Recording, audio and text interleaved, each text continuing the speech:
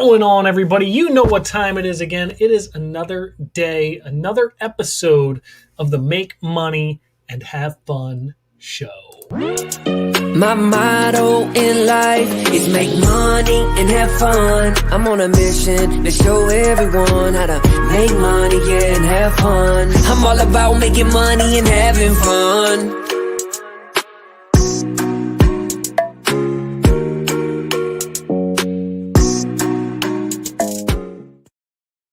All right, so for those of you that have been following along all month, this month is Author Month. So I'm talking to authors every single day. Yesterday, we had the privilege of sitting down with John Lee Dumas, the famous podcaster, as well as brand new author. But today, I have a really cool guest. So I've actually been kind of following this guy in secret. I don't know how much he knows it, but I'm talking to Steve Anderson today. And Steve Anderson wrote a really cool book called The Bezos Letters, and he's going to tell you all about.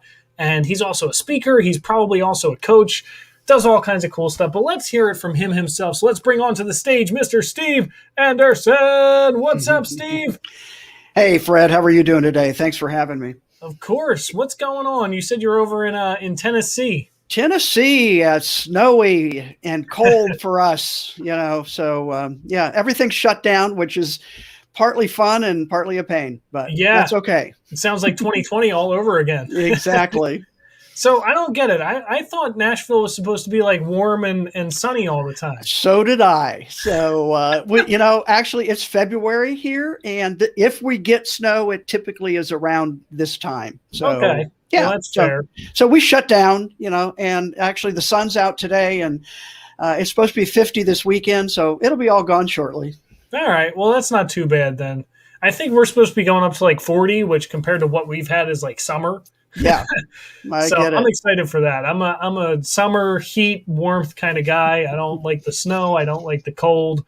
And you live in Philly though. How does that work out? Yeah, I do. I was born and raised in Philadelphia. Philly's not terrible because in Philly we get all four seasons. So it's you got an okay summer, you got an okay winter, although winter usually lasts too long in my opinion. So it's not terrible, but I'll be moving soon somewhere in the continental US, not exactly sure where yet. But that's a different story for a different time. Steve, tell us about yourself, man. What's your story? We want to hear it. Well, I have spent my career in the insurance industry, actually. Early part of the career selling insurance with two insurance agencies, one in the Washington, D.C. area where I grew up, and the other in the Dallas-Fort Worth area. And during that time, got a real interest in technology, right? So database systems and when websites were coming and all of those kinds of things. And really trying to figure out, okay, how can insurance agents use that to more effectively work with their clients? And so 25 years ago, I started my own firm doing really research, speaking, writing, consulting around technology and emerging stuff that was coming and how the industry could use it. Well, fast forward to a couple of years ago, probably now 3 or 4 actually, I started asking the question, because I saw technology developing so fast, is the biggest risk a business faces actually not taking enough risk? Meaning technology changes, you didn't have as a business owner the year or 2 years or 3 years timeline to figure things out. It was happening in months now, not years. And, that question started leading me to do some research around companies, which ultimately led to writing the book. Huh. That's really interesting. I actually had no idea about that part of your story. So you took a different look at risk in a sense, which is almost kind of like an investor's type look. I come from an investor background. I started out in real estate investing. And for us, it's always how much debt can we get ourselves into? How much can we leverage? How much can we access? And those kinds of questions. And your kind of perspective on that is that's the way that businesses should be thinking as well. Is that accurate? Yeah, absolutely. In fact, one of the concepts I explore in the book is called return on risk, which is what risks should you be taking versus the risks you should be avoiding. And again, very counterintuitive coming out of the insurance industry. And so that was, again, a different view or a lens that I took on that aspect of risk taking and business growth. which again led me to Amazon, right? Looking for Right. businesses that have been successful. It's actually kind of hard to argue Amazon and Bezos haven't been successful. You may not like Exactly. everything they've done, but my view has always been, let's learn from the best. And are there things that that can help your own business?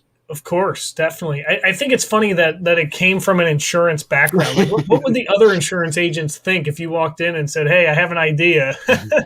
Well, at the beginning, people thought I was a little nuts, a little crazy, a little, how can you think that way?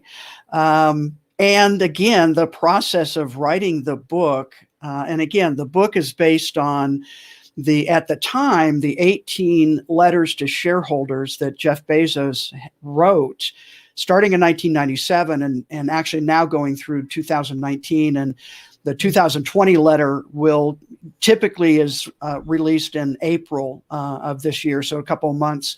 Right. I'll certainly be interested in his take on, everything that's happened this last year. Interesting. So, is there a direct correlation to the size of the company and the amount of risk that company takes that you found? Certainly for Amazon, it is. Okay. In fact, I call Jeff Bezos the master of risk because a couple things. One is he views risk strategically. You said, from your investment background, right? You look at risk. Yes, we have to take risk, but how much and what's our tolerance? Well, Bezos' tolerance for risk is actually quite high because he made the connection between experimentation and innovation, and really more specifically, invention. And so he said many times in his letters that you've got to experiment in order to know what to invent. And by its very nature, an experiment means you're going to fail. And Amazon has failed a lot. There's some big ones, a lot of small ones. So he understood that experimentation and failure is a key part of business growth. And unfortunately, too many businesses, especially those that are successful, tend to minimize that. And actually, another phrase I talk about is the biggest risk a business faces is their success, because they start protecting what got them there, not what's next or where do we need to explore next. And if Amazon does anything, it's always exploring something new. Interesting. So it's almost like I feel like in individuals, I'm very, steeped in personal development and that kind of stuff. And I feel like a lot of people kind of give themselves their own glass ceiling and they peak themselves. They've grown and grown and grown, and then they finally stop growing and their income kind of peaks and their lifestyle peaks. Would you say that's definitely like a direct correlation from business to an individual in that regard? Yeah, I think definitely it is. In fact, it makes me think of an article I read recently. And as you can tell, white hair, right? I'm let's say on the older end of the spectrum. And the article title was, never be too old to be a beginner. And that really resonated with me in terms of, okay, everybody starts as a beginner at something new. So never think you can be too old not to be a beginner and trying something new. And in fact, right now, I'm starting a whole new business, co-founding with some other partners. Wow. And actually pretty excited about it. So again, my risk is right. Okay, it could fail. Absolutely. But sure, if I don't try, I know it's never going to work. So for me, that's almost the fun part. Is like thinking like, man, what are the next 6 months going to be like when I take that lull in my finances, when my income drops a little bit, when I'm up late at night? And, that's part of the game in my opinion now. Is like, I look at it as like, okay, what the heck is going to go wrong with this thing? But is it going to be worth it at the end? Yeah, exactly. And it's so funny that you bring that up. I always, it's interesting because I always kind of make this connection with all of my guests. Right now, you're on the Make Money and Have Fun show. And the idea, at least in my mind and my belief system as I've kind of created it, is that people often, when things fail permanently, it's typically because they were out of alignment with the having fun side of the making money. Yeah. I mean, I went through in the past like 3 months, I went through like 6 different businesses that started and stopped because I realized that they weren't really parallel to what I was doing and they weren't really they weren't really something that I loved, or that, Yeah. my passion was behind it Yep. at that point. Yep. So I I agree. love this. Yeah, This is I amazing agree. stuff. So let's talk about your book. You have a really amazing book that just absolutely soared. I mean, I saw you had like a billboard in Tokyo or something like that. Tell us about kind of just the press and the media behind this book once it was released. Yeah. So I think a couple things about the book. One is I was able to take the shareholder letters, and the way I describe it is Bezos laid out, hidden in plain sight, his plan for growing Amazon. And I was able to distill kind of those, actually ended up being almost 60,000 words, a whole book by itself, into 14 principles and 4 cycles. So test, build, accelerate, and scale. And I believe those principles and those cycles can help any business grow their business, whether they're a startup, whether they've been around for 15 or 20 years. And I always try and remind people that Jeff Bezos started as a startup. I mean, literally on his hands and knees, putting books in packages and driving them to the post office. Hmm. So I don't think you're going to become the next Amazon. I think there were very unique factors at that time that allowed that to happen. But I also think Jeff Bezos may be recognized in the future as one of the most creative and influential CEOs. And again, lots of reasons for that. And some of the principles, tease out some of that. But even more importantly, it's not just for Amazon, but it really is, I think, for any type of business that can use these principles to figure out how they can grow to the point that they want to, right? Yeah. Not everybody wants to or should be an Amazon, but that doesn't mean you can't be successful in your own business. Exactly. I think that it makes sense to definitely like look from the top down as kind of that example. It's funny though, because I've never actually really studied Amazon or Jeff Bezos that much. What kind of brought up Amazon? I mean, coming into this idea of an assessment of risk in insurance, you could have picked any business out there. What made you pick Amazon and Bezos? Well, yeah, and I didn't at first. I mean, at first I was looking at the businesses that actually failed, meaning Blockbuster, BlackBerry, Kodak, Sears, right? And okay, why did they not make those transitions well? And again, I think a lot of it was how they approached technology, or how they, certainly in BlackBerry's case, how when the iPhone was announced, they were like, nobody wants a glass.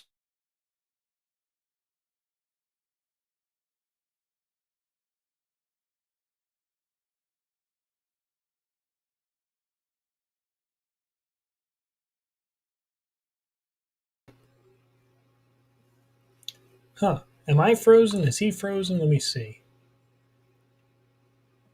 Timer's still going off. That's interesting. All right. I don't know what is going on here. I have a frozen Steve Anderson on my screen. Let me read.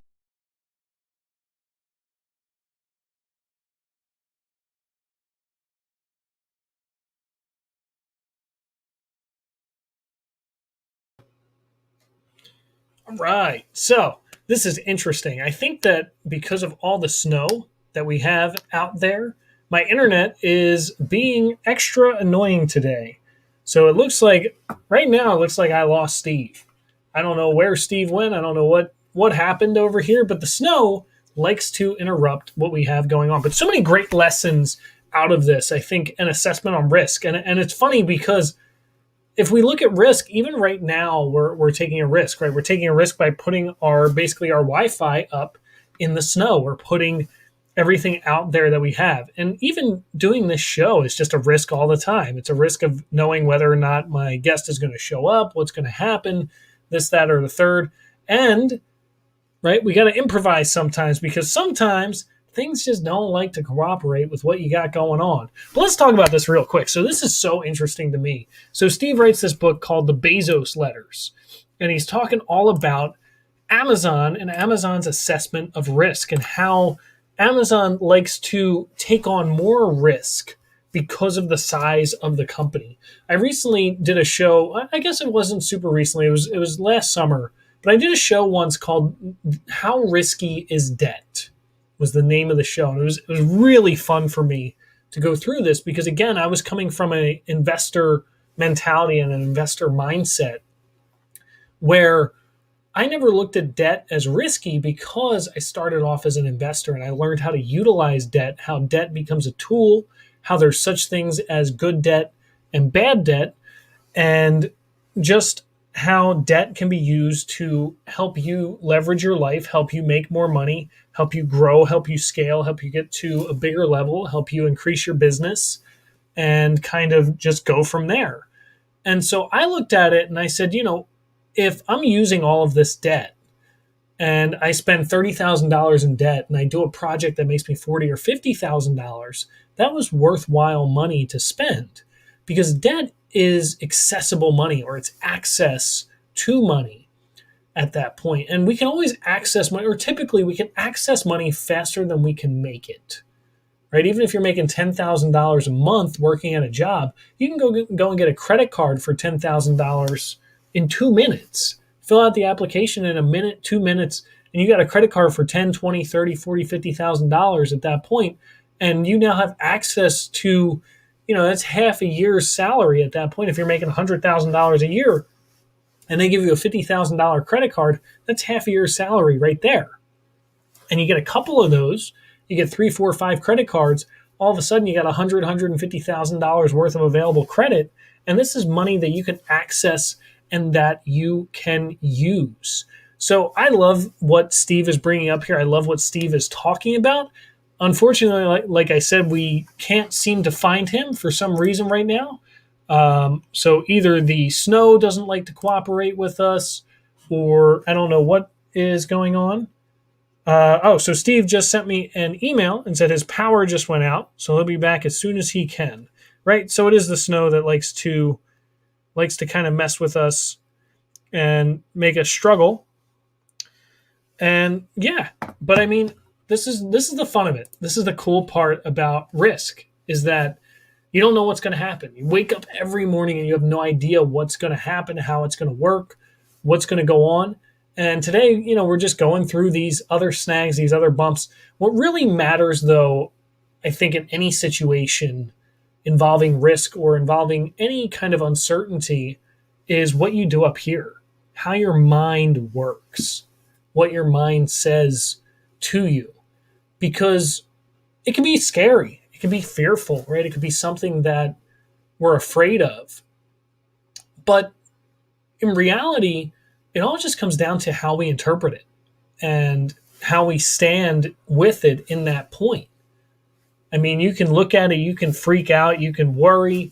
Oh no, I put a lot of money up. I risked a lot. There's a lot at stake here because of this. If it doesn't go right, then I lose X, Y, and Z. But if it does go right, the upside is so big. And I think really the whole point of it all is just to maintain your composure, to go through it with a level head, with a level of sanity, and just enjoy it along the way. That's why it's make money and have fun. It's not make money or have fun. It's not have fun and forget about the money. It's make money and have fun, because it's all about that level of sanity going through it. Now, watch this. Check it out. We have Steven Anderson back in the building, everybody. Steve, I don't know what I just talked about for like the last 5 minutes, but I think it was like you were here the whole time. Oh, I'm so sorry. My power is out. Wow. Interesting. The snow really doesn't want us to have a good conversation today. Man, I'm trying. Is this okay? Quality wise, and I like this. You look good. What are you, on your phone or something? iPad. Oh, actually, nice. My wife's iPad. So there you go. Look at that. See, that's why the world gave us iPads. You know what? Let me bear with me a second if I can. Yeah. Let me get a headset so the sound's a little better. Cool. I'll be here. All right. So we were talking about risk as it relates to making money and having fun. See, here's the interesting thing. Whenever you do anything big, whenever you do anything that's monumental, right? Whether it's starting a business, becoming an investor, whatever it might be, there's going to be risk associated with it. Crap. I mean, look, even getting married has risk associated with it. Even buying a car, buying a house, having children, whatever it might be, there's all this risk associated with it. But I think what it really comes down to at the end of the day is how we tolerate and deal with that risk as we go through it. Vicky Helm is here. She said that I am great. I don't know if she's talking about me or about Steve or about both of us, but I'm just winging it here. I'm just having a great time. Thanks for being here, Vicky. Thanks for hanging out with us. I think Steve might be back here. He might be ready to go. He's giving me the thumbs up. All right, Steve, give us some golden nuggets here, man. We've been missing you. I'm so sorry. No worries. Like I said, power out and trying to figure out, adapting on the fly, and that right. part This of is I'm trying to get that camera angle right too. So this is going to be the next chapter in your book about the assessment of risk when the power goes out. When the power goes out, what do? Go back to cellular. Hopefully that exactly, works, exactly. So Steve, you were telling us good stuff. I forget what it was, but it sounded good. I'm trying to think. So let me at least where I think, and I actually, you asked me a question about kind of book success and what that has looked like. So yeah, the book took off. It certainly helps having Amazon and Bezos on the cover. But really, I think more important than that is people really are curious about, what is it that Bezos has done and how has Amazon grown? So actually, right now, there are the book is being translated into 18 languages. The last one we got literally this last week was Albania. Wow. Which, if you don't know where it is, I actually had to look it up. It's on the Adriatic Sea, just kind of north of Greece there. But Korea and Russia and lots of different countries have purchased the rights to publish the book. So that's been exciting and surprising, I think. But again, I think it goes back to certainly people understand the success there. And I really tried to delve into, okay, what are some of the key areas there that Bezos was able to do? So, and as I said, 14 principles, 4 cycles, and we could talk about a couple. We talked a little bit about risk, and let me give you principle number 1, which is encourage successful failure. And often you don't hear those words success and failure in the same phrase. And so, part of what I looked at with Amazon is the culture at Amazon really is to experiment. And again, I think I said before, experimentation absolutely has to lead to failure, because if you know it's going to work, it's not an experiment. And so that's a core concept. At Amazon. In fact, Amazon has lots of failures. I briefly describe, one, maybe their biggest, but certainly, one of them at least is in 2014, Jeff Bezos got on stage and announced the Fire Phone. Now, think about this. 2007, the iPhone came out. 2014, Bezos decided it was a good idea to have an Amazon phone. Why? Well, we already had the iPhone, we already had Android, but the Amazon phone was designed to make shopping on Amazon faster, easier, and quicker. Okay, so maybe they thought that was a good idea, but nobody else did. I don't need another phone. And so at the end of 2014, they actually dropped the price down to 99 cents and literally couldn't give away the phone. And so at the end, fourth quarter of that year, they wrote off $178 million in development costs and inventory costs for that phone. Big failure, huge expense. And what's the success out of that?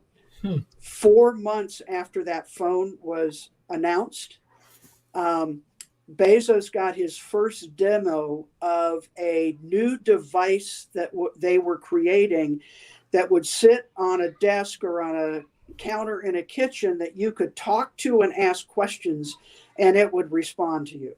Well, certainly what we now know as Echo, the hardware device, right, and Alexa, right, the machine learning software that recognizes what you're asking and looks up and provides information. But all of that help they did in terms of understanding voice processing, right? All of that kind of stuff, they were able to transfer into the Echo device. And now I think we can pretty much say the Echo ecosystem, because that really is what it's become, is one of the more successful products that Amazon has created. Absolutely. Yeah, it's so interesting. I'm always more fascinated with the story of the downfall of someone who's a major player now than I am of like how they actually got there.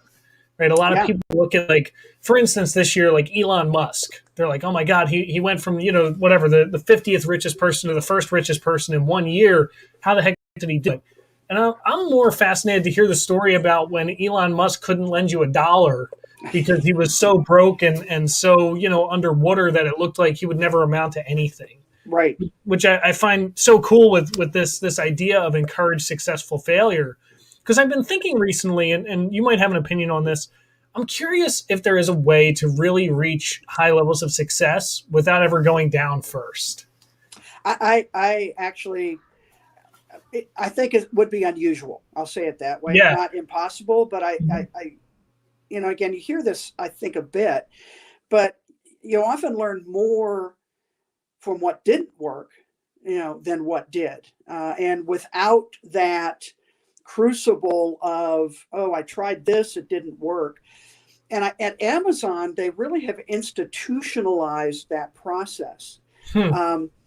A quick story. In 2004, Jeff Bezos sent an email out to their senior leadership team and said that no longer will anyone be allowed to use a slide-oriented presentation, PowerPoint, Keynote, at a meeting where we are making a decision.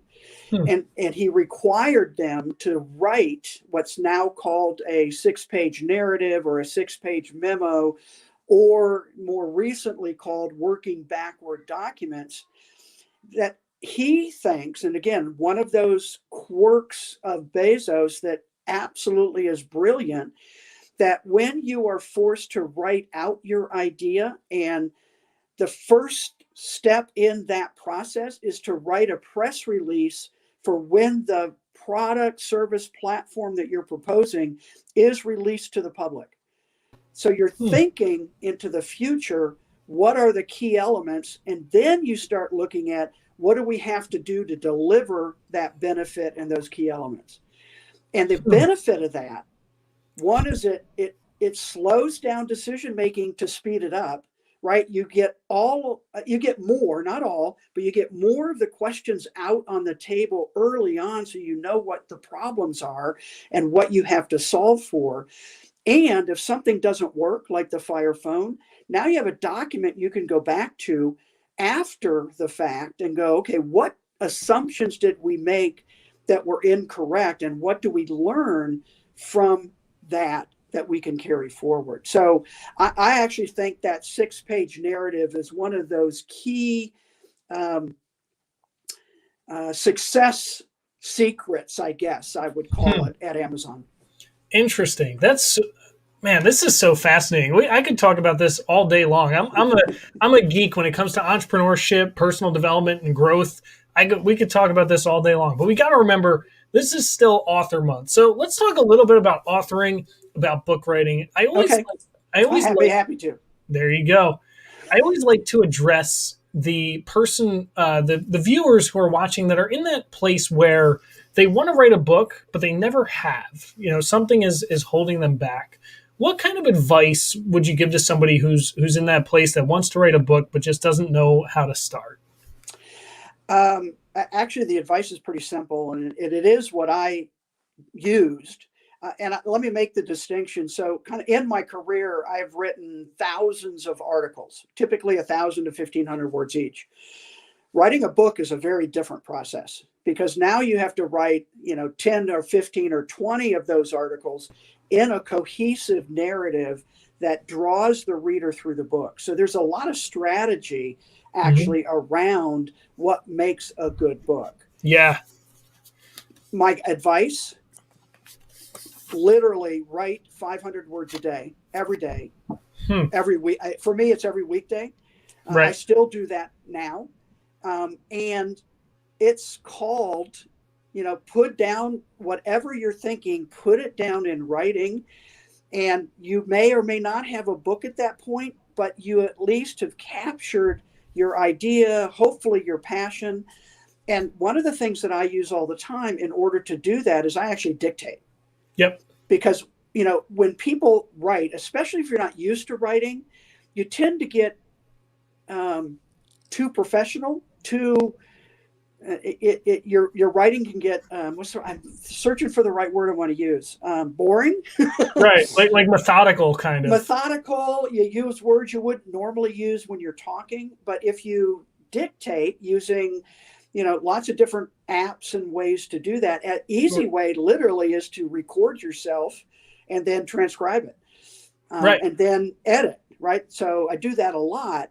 Mm. But if you bit by bit by bit, you will get those thoughts down. Now, it still may not be a book yet, Right. but at least you've got the framework that Sure. then you can work on. Okay, what are the stories that I need to write about to illustrate the points I'm trying to make? And that for me was key in terms of the book that I put together. Mm-hmm. Was not just the principles, but okay, what's the stories? And I did a lot of research and talking and listening to interviews with Bezos and pulled out some of those things and then made that connection between the principle and here's how Bezos applied it or Amazon applied it as they move forward.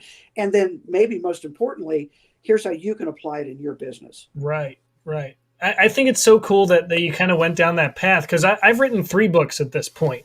And my first book was kind of the first thing that you talked about, which is just sitting down and writing, right? And literally, like, I typed out every word in this book. So I wrote The Revolutionary Mindset. It was my first book. Yep. And it was kind of just one of those projects to prove to myself that I could write a book. I was 21 years old at the time. And I'm like, you know what?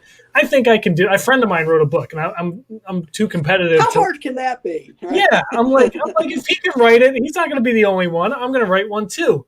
And you're going to love this, Steve. So the day after I pushed publish, I just did a self-publish on KDP with this book. Yep. And the day after I pushed publish, well, the day of, I vowed to myself, I said, I'm never writing a book again, because this was such an arduous, tedious, annoying, drawn-out process. And like you said, you really get caught in the weeds of the words when you're kind of typing it out. You're just like, you're making it very eloquent and very neat and proper. Well, you're trying to edit as you go, which actually is not the right process. Mm-hmm. Right? You need to get the thoughts down and leave editing till later. Exactly. Because like you said, there's 2 points to it. The one is getting the words on the page, and the other one is allowing the reader to go on a journey, basically, throughout this book, which is, I think, what's really lacking in my first book. So the day after I published it, when I woke up, the only thing I wanted to do was write. I'm like, what's going on? And so I discovered blogging, where I'm like, wait a minute. I can write 500 to 1,500 words, get my point out there, and share it in 10 to 15 minutes.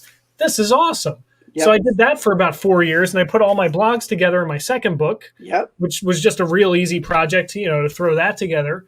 But then my third book, I actually did it a different way, where I actually hired a ghostwriter. And it was cool because the ghostwriter focused on typing the words on the page, and I focused on that story like you were talking about. And I said, where's the reader at? Where do they need to go? Where are we trying to get them? And what do they need right now? So it was kind of that neat perspective of having 2 sets of eyes on it, which you kind of did by dictating it. You were able to step back and look at it and go, all right, I call that like a mind dump, where you like mind dump all the words onto the page. And then you step back and you're like, all right, now where does this need to go? How does this need to flow? And that kind of stuff. Absolutely. Yeah. And for me, I do read. I think lots of people can or should write books. But I think mindset going in, if you're writing a book kind of as your big business card, it might do more damage than benefit. And I've actually read a few books of kind of entrepreneurs, online marketers, that wrote a book.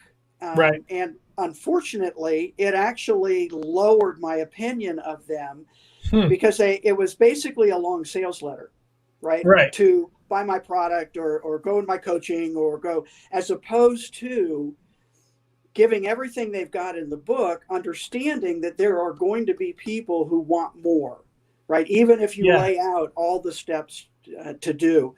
And as you said, it's easy today, KDP, all kinds of different ways to get a book published. That Hmm. doesn't mean it's going to be a good book or going to Right. serve your purposes ultimately. Yeah. So let's talk about publishing since you kind of brought that up. And I totally agree with you, by the way. I've seen so many people that use their book as a business card. Like for my first book, I've given away more copies of that book Yep. than I've sold. I mean, I would be shocked if you told me I made $100 off of that book. Right. But it was part of the learning process for me. And for me, it was mostly a project for myself than anything else. My third book that's coming out is like you said, to serve the people. It's with a publisher and that kind of stuff. So your book, like we mentioned before, has had quite a bit of success. It's a Wall Street Journal bestseller. It has foreign rights. It's written in over a dozen languages, all that kind of stuff. What do you think really kind of makes that difference in terms of publishing between like a self-published versus where you're at with the Bezos Letters? Okay. Yeah, and I have a bit of an inside track. Is actually my wife, who's actually and the co-author of the book, and the one responsible for making it readable. I'll be giving her full credit. Actually, has been in the book publishing industry for many years, and really kind of there are three models out there today. First model is traditional publishing. New York House. You go to them with a book proposal. They may or may not accept it. They may or may not give you an advance, and that advance may or may not be big or small. The issue there is that it's really hard to get a book deal with a traditional publisher today.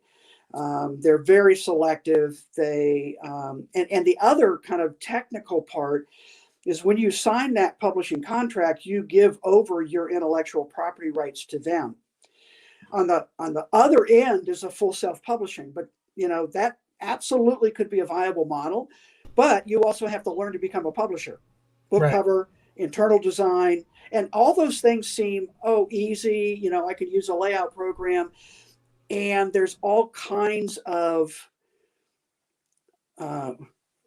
you have to learn all kinds of things to do it well. I pick up books that the internal design, how the pages are structured, makes it hard to read the book, right? Which makes it hard for the person buying the book to continue. So absolutely a good option.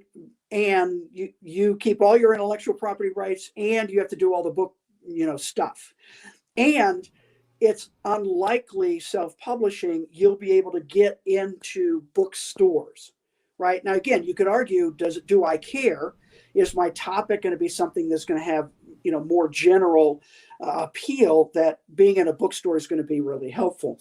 And then the middle is a hybrid publisher, which kind of takes the best of traditional and the best of self-publishing. And that's actually my publisher, Morgan James, is known for a hybrid publisher. I maintained all my intellectual property rights. So any other products, courses, coaching I do, fully mine, no questions asked. They handled the design, final editing, and distribution.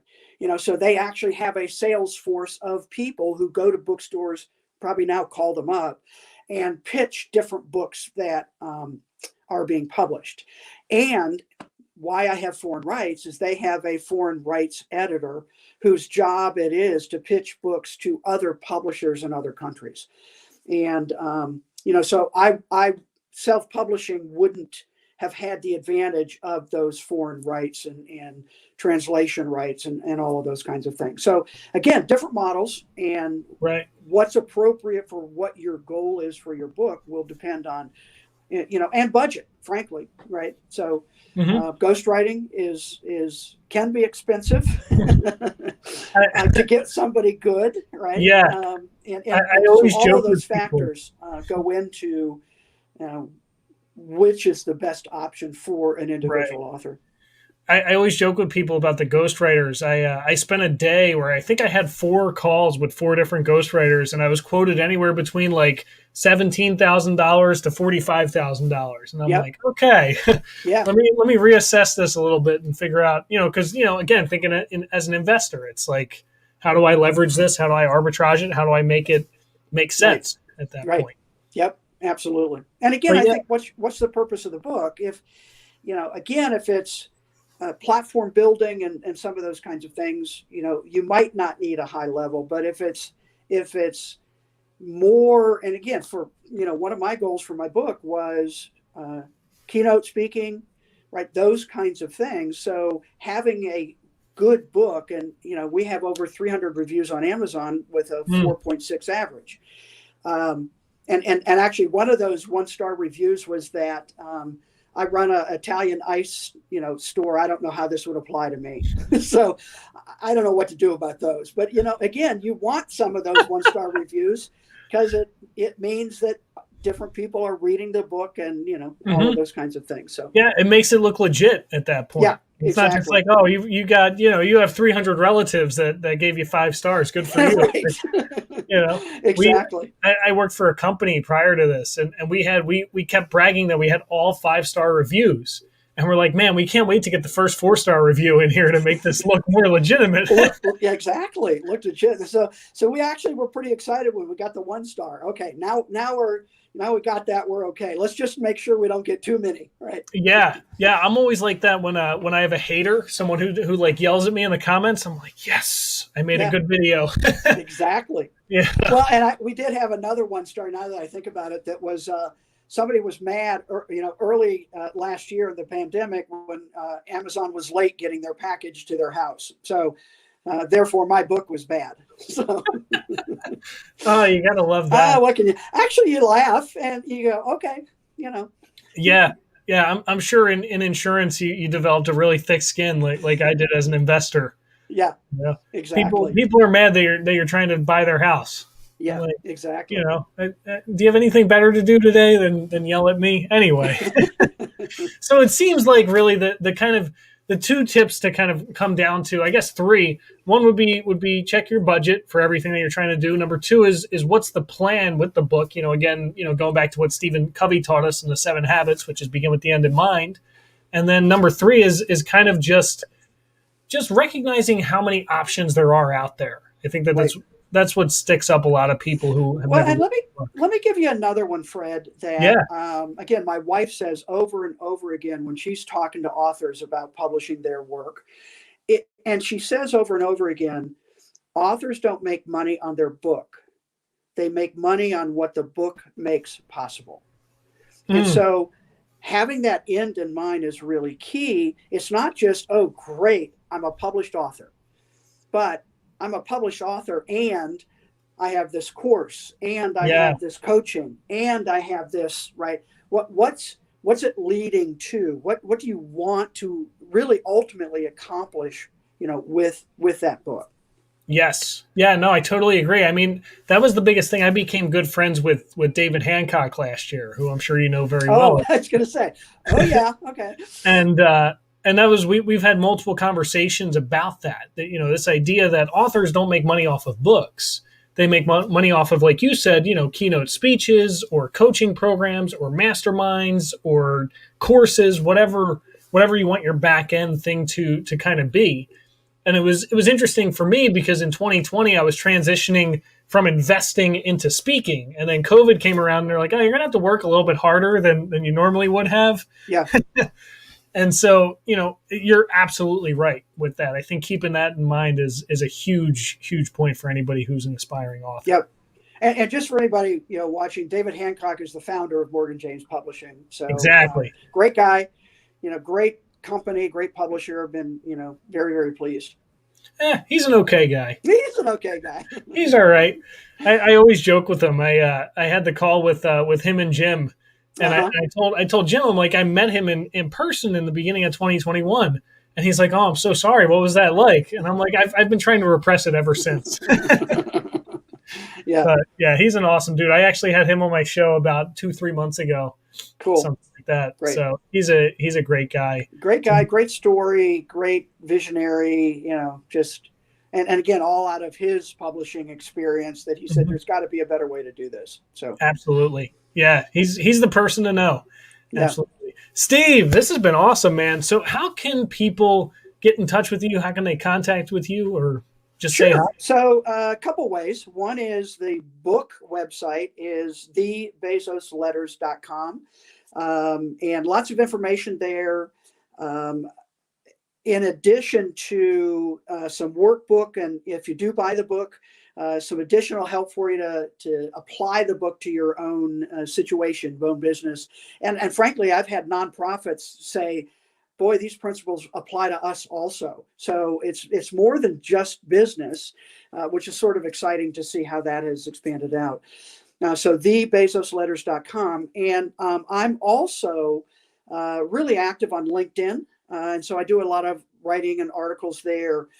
So you can find me there. Steve Anderson probably will pull it up, but Steve Anderson Insurance also there. So connect, let me know you saw me here, and I'll be glad to connect with you. This is awesome stuff, man. I love this. Steve, I'm so thankful, so glad that you were able to be here, that we were able to hang out. Well, On thanks, this Fred. snowy I'm day. so sorry for some of the technical stuff. I don't even think the power's on yet again. So No worries. uh, I've been having so much weird stuff with the snow. So I took my car and I had to get it repaired, and I had no service anywhere on my phone. I'm like, why can't I connect to anything? And it's probably right. because this dang snow is just coming down. I'm moving to Florida next year, and I'll forget about all this. There you go. You said you were moving someplace. Someplace warmer might sound like a good idea. So I don't know where I'm going to end up going. It's based on my girlfriend's job. So I'm just hoping it's not Wisconsin or Minnesota or South Dakota. Well, those are great Maine. places in the summer. So Eh, eh. I'm leaning towards Arizona. Miami would be nice. California, those kinds of places is kind of where I'm leaning towards. yeah. So Steve, what's next for you? What's the next big thing in Steve Anderson's life? Well, I have actually a very beginning idea of a second edition of the Bezos Letters. So certainly with the announcement of a couple of weeks ago of Bezos stepping down as CEO and moving into an executive chairman position, I suspect, I don't know, we'll see, but the 2021 letter, I'm not sure if Bezos will write it or Andy Jassy, the new Amazon CEO, will write it. So that might be the end of an era, and a second edition, to kind of encapsulate all the letters that he was responsible for putting together, and updating some information and COVID, how Amazon responded, and some of those kinds of things. So that's I say in the works. It's probably conceptual right now, and trying to figure out, okay, what would a second edition look like, and Right. Do we wait a little longer to kind of see how those letters actually end up? Interesting. So, and then I've actually I believe so much in that 6-page narrative. I've actually created a course teaching really businesses. Okay, what is this thing, and what are the nuances of it, and how can you apply it into your own business? And I think I mentioned I'm starting a new company. Yep. And I actually used that 6-page narrative to pitch the idea to investors, and actually ended up with 7 investors who are investing quite a bit of money, into the entity. But I do think the process of one creating it and presenting it and using it as the framework, really helped with that and streamlined that process. Nice. That's awesome. I love it. Yeah, I'm super excited about that second edition already. I found out. So here's something really interesting. I learned the other day that Jeff Bezos only owned 12% of Amazon. Yeah.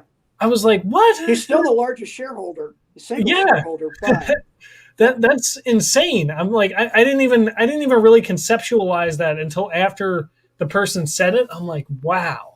Yeah. He only owns 12% of Amazon. He's the richest person on planet Earth. Yeah. Amazing. Well, and again, I mean, part of the richest person on Earth was his long-term thinking. So mean, he said in that original 1997 letter, so that Amazon went public in May of 1997. That first letter came out in April of 1998. And one of the things he said there in that letter was, I will run Amazon based on long-term trends, not short-term Wall Street expectations. And if you look at their stock price or look at their profitability, those first probably 10, 12 years, they didn't make money. Yeah. But they reinvested everything into infrastructure, fulfillment, logistics, experimentation to build. And now you see that hockey stick, right? By having that long-term thinking and be willing to invest early and often into infrastructure, now they're seeing those returns that are skyrocketing. So there's a reason, right? It's not just, oh, he was lucky. There's a reason why that has happened. Amazing. I love that. I think it is too. A lot of people look at Steve Jobs, amazing, and maybe some others, but I think Bezos, kind of as he transitions into a different, what's the right word? Position, I guess, or where he spends his time, I think we will see some of the recognition of some of these things that he's done. Absolutely. Yeah. I think that really hockey stick is a curve that I think is a pattern in a lot of businesses. Yeah. This has been so cool. I love talking about this stuff. I'm geeking out over this. I'm going to go buy 10 copies of the Bezos letter and give them out to my friends and all kinds of stuff. And everybody out there, if you haven't got your copy yet, make sure you go get it. Check out the BezosLetters.com. And just so here, let me. There it is. The right angle. So that's the book cover. People always ask me, "Is that Jeff Bezos?" And no, it's not. It's an Adobe stock photo, but it goes to show you again the importance of book cover design, because the only purpose for a book cover is to get somebody to pick it off the shelf or click on it on Amazon, right, for more information. And a fun little, fact, I guess. So it's dark all around, and you really want to stay away from a white cover, because on Amazon, what's their background? White. It's white. And so the book gets lost. The book cover gets lost on that book page when you're looking for books. So those are a lot of the little things that you may not think about, but really are important in order to help your book stand out. That's smart. I actually didn't even think of that until you just said it. I hadn't either. Right. Yeah. Now I got to throw out all my white book cover concepts. Steve, this has been amazing, man. Thank you so much for being here. This has been such a fun chat. Definitely one of my favorite interviews so far. I'm going to go check out your book. Everybody else out there should go buy a copy or multiple copies of this book, because it sounds absolutely awesome. And go hang out with Steve on LinkedIn. He's waiting for you over there. That'd be great. On that and remember, if you do get the book, go to the BezosLetters.com workbook and a couple other things there to help you really apply those lessons to your own situation. Exactly. TheBezosLetters.com. It's right there in the little description. And also hang out with Steve on LinkedIn. Steve, what would you like to leave our guests with today? Words of wisdom. Words of wisdom. Or anything, really. So let me, I'll take a minute or two if I can. I have enough time. Principle 14 in my book is called Believe It's Always Day One. And this is a core concept of Bezos, and he actually talked about it in that first 97 letter where he said, this is early days for the internet. It's day one for the internet, right? It's just starting. And for Amazon, if we execute well. Well, every letter since, he ends the letter with some form of, and actually in the last year, 2019 letter, he said, even with all of the problems we've been facing in 2019 and I say 19 in 2020, it's still day one. And again, that idea of what was it like that first day you opened and started your business? When you walk through that door, are you still thinking it's day one? In fact, his office building in Seattle where he will have his office is called the Day One building. Again, that Amazon still thinks of themselves as a startup, which is sort of crazy, right? When you think about 1.3 million employees, they added last year 470,000 employees, but they still think of themselves as a startup. Wow. Again, that mindset, that core culture that's built into there. So, when you wake up in the morning and go into your office, whatever that looks like, or start working, think about it being day one and the excitement that you can bring to your clients. And I'll end with this. One of my favorite phrases that Bezos uses is, "We invent on behalf of the customer." So what are you doing to invent a better experience, a new product, a new service, a new platform on behalf of your customer, even when they don't know they want it? Yeah, that's amazing. I love that so much. Begin every day as if it were day one. Yep. Is so huge. I think the common thread throughout all of this is just to keep on growing no matter how big you get. I love that. Steve, this has been awesome, man. Thank you so much for being here. My pleasure. Thanks for having me. Do the second one of this when the second edition comes out. All right. I'll let you know. Fun. Awesome. Sounds good. See you, Steve. Stay warm. Thanks, Red. Yep. See ya.